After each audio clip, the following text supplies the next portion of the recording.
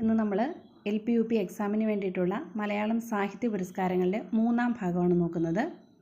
ആദ്യമായിട്ട് നമ്മൾ നോക്കുന്നത് മാതൃഭൂമി സാഹിത്യ പുരസ്കാരമാണ്. മാതൃഭൂമി സാഹിത്യ പുരസ്കാരം 2000 മുതലാണ് നൽകി തുടങ്ങിയത്. 2 ലക്ഷം രൂപയാണ് ഇതിൻ്റെ പുരസ്കാര തുക. അതുകൂടാതെ തന്നെ പ്രശസ്തി പത്രവും ശില്പവുമാണ് ലഭിക്കുന്നത്. അപ്പോൾ 2000-ൽ ആദ്യമായിട്ട് മാതൃഭൂമി സാഹിത്യ പുരസ്കാരം ലഭിച്ചത് തിക്കുടിയനാണ്. അപ്പോൾ 2020-ൽ ലഭിച്ചത് കെ സച്ചിദാനന്ദനായിരുന്നു. 2020-ലെ മാതൃഭൂമി സാഹിത്യ പുരസ്കാരം ലഭിച്ചത് കെ സച്ചിദാനന്ദനാണ്. 2022-ൽ ലഭിച്ചത് സേതുവിനാണ്. 2022-ലെ മാതൃഭൂമി സാഹിത്യ പുരസ്കാരം ലഭിച്ചത് സേതുവിനായിരുന്നു. 2023-ലെ മാതൃഭൂമി സാഹിത്യ പുരസ്കാരം പോൾ സക്കറിയയ്ക്കായിരുന്നു. അപ്പോൾ ഈ 3 വർഷത്തെ ഓർത്തിരിക്കുക. 2020-ൽ മാതൃഭൂമി സാഹിത്യ പുരസ്കാരം ലഭിച്ചത് കെ സച്ചിദാനന്ദനാണ്. 2022-ൽ സേതു ആയിരുന്നു. 2023-ൽ ലഭിച്ചത് പോൾ സക്കറിയയാണ്. ഇനി അടുത്തത് പി കേശവദേവ് പുരസ്കാരമാണ്. പി കേശവദേവ് പുരസ്കാരം 2021-ൽ ലഭിച്ചത് തോമസ് ജേക്കബിനായിരുന്നു. തോമസ് ജേക്കബിനാണ് 2021-ൽ ലഭിച്ചത്. 2022-ൽ പി കെ രാജശേഖരൻ. 2022-ൽ ലഭിച്ചത് പി കെ രാജശേഖരൻ. 2023-ൽ ലഭിച്ചത് ദേശമംഗലം രാമകൃഷ്ണനാണ്. 2024-ൽ അടൂർ ഗോപാലകൃഷ്ണൻ. അപ്പോൾ പി കേശവദേവ് പുരസ്കാരം 2021-ൽ തോമസ് ജേക്കബ്, 2022-ൽ പി കെ രാജശേഖരൻ, 2023-ലേത് ദേശമംഗലം രാമകൃഷ്ണൻ, 2024-ൽ അടൂർ ഗോപാലകൃഷ്ണൻ. അപ്പോൾ ലാസ്റ്റ് 3 വർഷത്തെയാണ് നമ്മൾ കൂടുതൽ ഫോക്കസ് ചെയ്ത് പഠിക്കേണ്ടത്.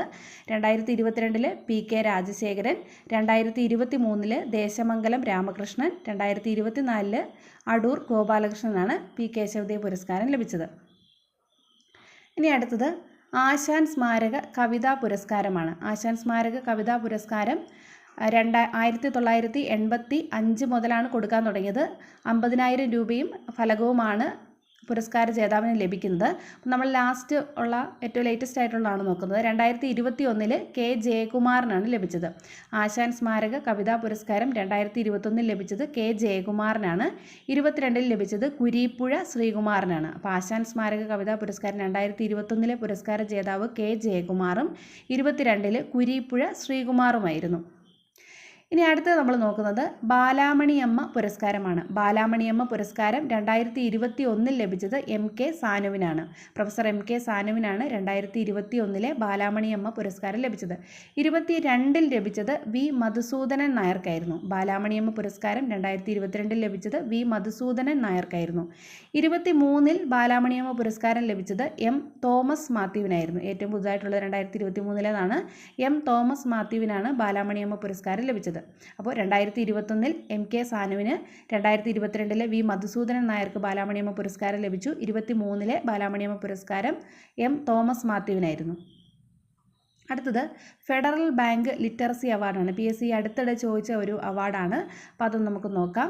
ഫെഡറൽ ബാങ്ക് ലിറ്ററസി അവാർഡ് അത് ഫെഡറൽ ബാങ്ക് നൽകുന്ന ഒരു അവാർഡാണ്. അപ്പം 2022-ലാണ് ഈ ഒരു അവാർഡ് കൊടുക്കാൻ തുടങ്ങിയത്. 1 ലക്ഷം രൂപയാണ് ഇതിൻ്റെ പുരസ്കാര തുക.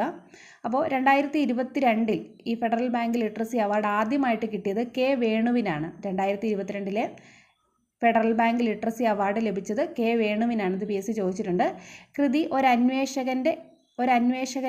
അന്വേഷകൻ്റെ കഥയാണ്. ഇവിടെ അന്വേഷണത്തിൻ്റെ എന്നാണ് കൊടുത്തിരുന്നത്, ടൈപ്പിംഗ് എററാണ്. ഒരു അന്വേഷകൻ്റെ കഥ എന്നുള്ളതാണ് അവാർഡ് കിട്ടിയ കൃതിയുടെ പേര്. അത് അദ്ദേഹത്തിൻ്റെ ആത്മകഥയായിരുന്നു. ഇനി 2023-ലെ ഈ അവാർഡ് ലഭിച്ചത് സാറ ജോസഫിനാണ്. 2023-ലെ ഫെഡറൽ ബാങ്ക് ലിറ്ററസി അവാർഡ് ലഭിച്ചത് സാറ ജോസഫിനാണ്. കറ എന്ന് പറയുന്ന നോവലിനാണ് പുരസ്കാരം ലഭിച്ചത്. അപ്പോൾ ഫെഡറൽ ബാങ്ക് ലിറ്ററസി അവാർഡ് 2022-ൽ ലഭിച്ചത് കെ വേണുവിനാണ്. ഒരു അന്വേഷകൻ്റെ കഥ എന്നുള്ളതാണ്. ഒരു അന്വേഷകൻ്റെ കഥയാണ്, ഓട്ടോബയോഗ്രഫി. 2023-ൽ ലഭിച്ചത് സാറ ജോസഫിനാണ്. കറ എന്ന് പറയുന്ന നോവലിനാണ് പുരസ്കാരം ലഭിച്ചത്. അപ്പോൾ ഇത്രയുമാണ് നമ്മൾ സാഹിത്യ പുരസ്കാരങ്ങൾ. അപ്പോൾ ഇതിൻ്റെ ബാക്കി നമുക്ക് അടുത്ത ക്ലാസ്സിൽ കാണാം. എല്ലാവർക്കും താങ്ക് യു.